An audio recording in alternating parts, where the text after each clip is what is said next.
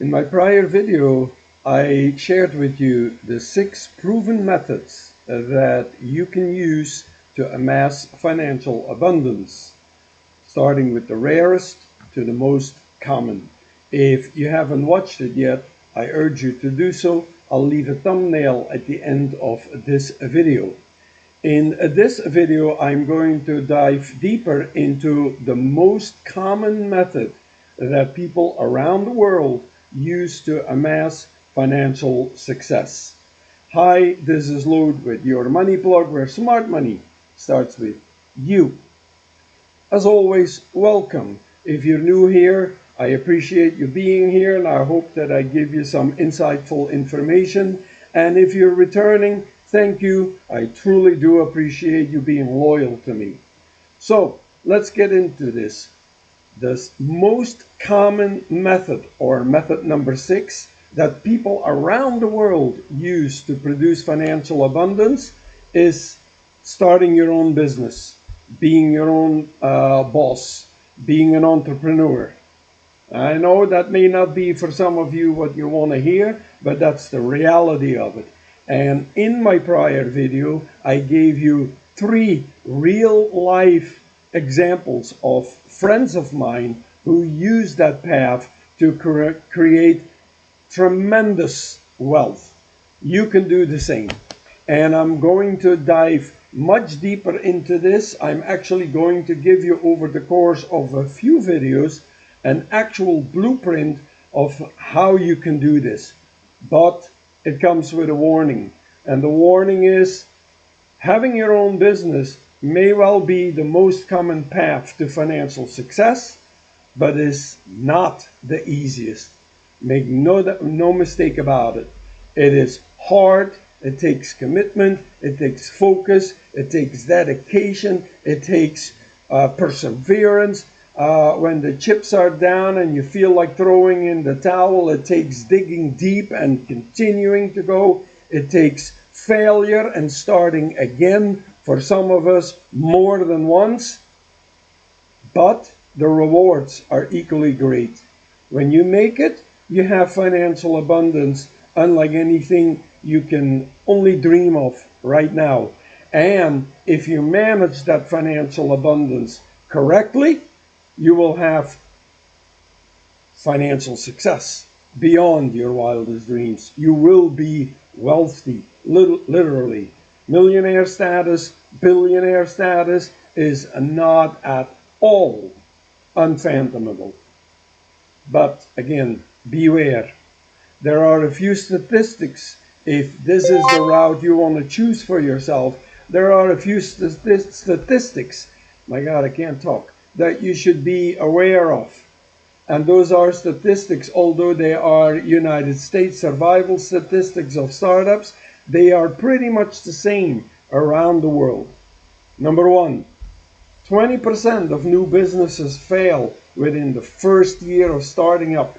That means 1 in 5 startups shut down within 12 months of opening up the doors for the first time. Year 5, roughly 50% of all the startups disappear. Again, clarify this, half of all the businesses that started up 5 years prior won't exist anymore at the end of a 5-year cycle. And within 10 years, 65 to 70% of all startup businesses will have closed up shop. That means roughly 35 to 30% will make it, will actually see financial abundance, will actually see financial success as being their own boss. Now, this is not to tell you don't do this. What I'm talking about here is something you should not consider. Just keep working a 9-to-5 job, or choose any other of the 5 remaining paths to financial abundance. No, just the opposite. Despite the odds are against you, again, you can succeed as long as you're willing to follow a specific path. And in today's video, I'm going to give you the first step of that path. And that is not, well, I want to start my own business because I'm going to make a lot of money, which is wrong, and you will fail if that's the reason why you start the business. It has to be your why. Why do I want to start my own business? What is my real, true reason? And the answer must be because I want to help someone. Let me repeat this. The only reason why you want to start your own business is because you want to help someone. What is that help you're going to provide? That is based on something you know, some skill you have, some talent you possess, some knowledge you got that you know, if applied properly, will help somebody else. And that brings us to the second part of why you want to own your business. And that is that you have a solution to a problem, a real problem. If you watch my prior video and you listen to the life stories of my three friends, you will hear that is exactly what all three of them had in common. They solved a problem.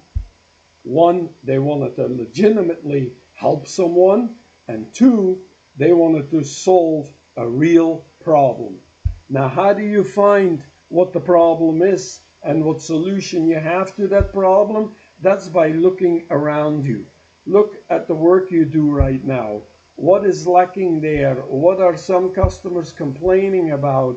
What is in the work that you do presently that could be improved upon? A service, a product, a skill. I just throw some ideas out, but it's endless, really. Solve a problem. Don't sit in your car staring at traffic and say to yourself, which in all honesty is something that I did for a long time, what if I could figure out a business where I could get just a penny of every single car that's on the road in the United States? I would be an absolute billionaire, and money would just flow in without me having to lift a single finger day after day after day. I joke you not, that was my thinking, and I wasted oodles of time on how I could start a business like that and what I could offer that anyone with a car legally allowed to be on the road would give me a penny. And guess what? I couldn't come up with any thought, any idea, nothing. If you do, I just gave you $1 billion business and you actually know a way to do that, remember me. All right? Getting back to where we are. Solve a problem. Don't worry about how much money you can make or how much you should charge or how many customers you can get.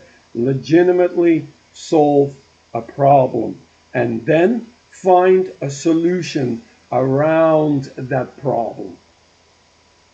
And then you come to the third part of your entrepreneurship or being your own boss. Start small. You don't need a ton of money to get started. There is nobody who says you must have a brick and mortar business. You don't have to pay high rents to lease a space.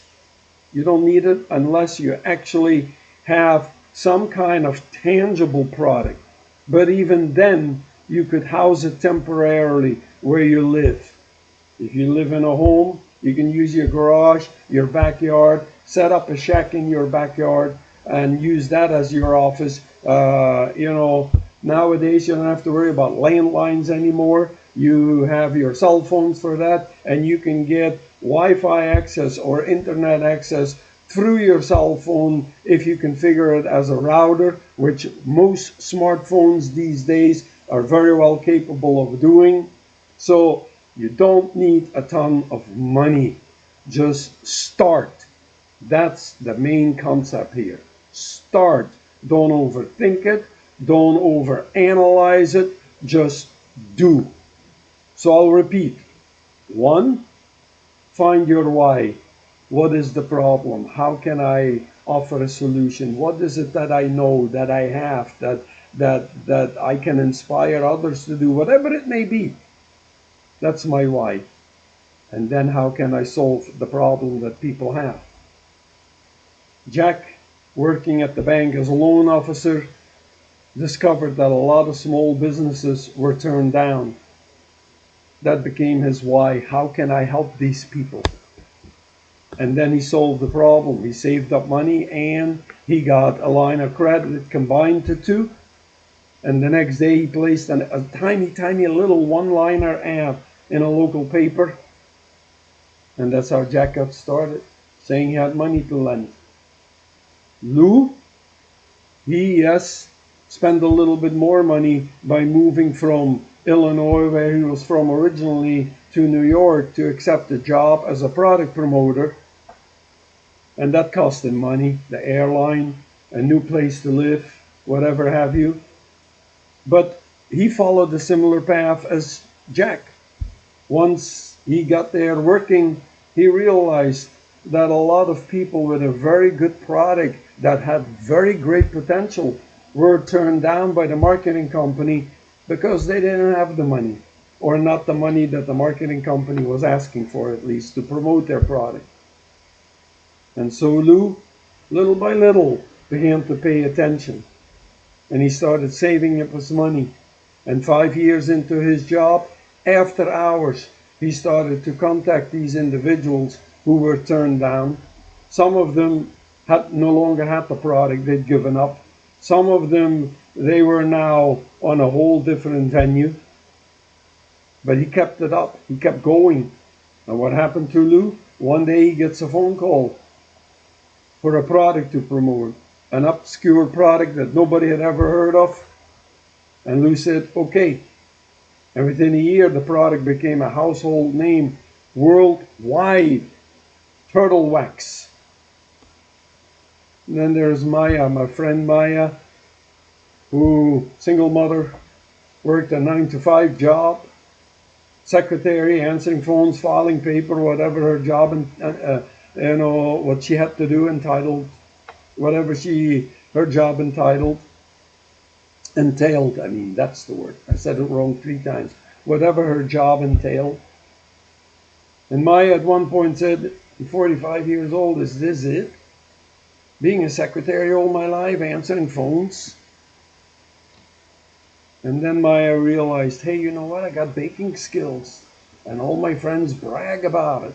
You know what I'm going to do? I'm going to start an Instagram page. And I'm going to post pictures of all the goodies that I cook. Cakes, cookies, pies, whatever it is. Maya wasn't expecting anything. She was not looking to make a sale. She was not asking potential customers, hey, do you got a wedding? Do you got a bar mitzvah? Do you have a quinceañera? I offer customized cakes and products. Give me a call. No. She just posted her skill, her passion online.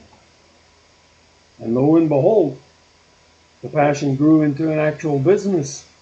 And today Maya has a very, very successful custom bakery and ships all over the United States, making more money she makes in 1 month than she made an entire year working as a secretary. So I'll repeat 3rd time. Find your why, a why that solves a problem. And number 3, start. Do it. And that's how you build or start your business, your entrepreneurship, and become your own boss. So that's it for today. In next video, I'll go even deeper into this, but know that you can do this. And believe it or not, the more you overthink this, the less chance that you will succeed. The more you overthink this, the less chance that you will start. The more you overthink this, the less chance that you even ever get going. Start. And as you go along in your business, you learn and you adjust and you develop. But I'm jumping ahead. We'll get into that in the next video.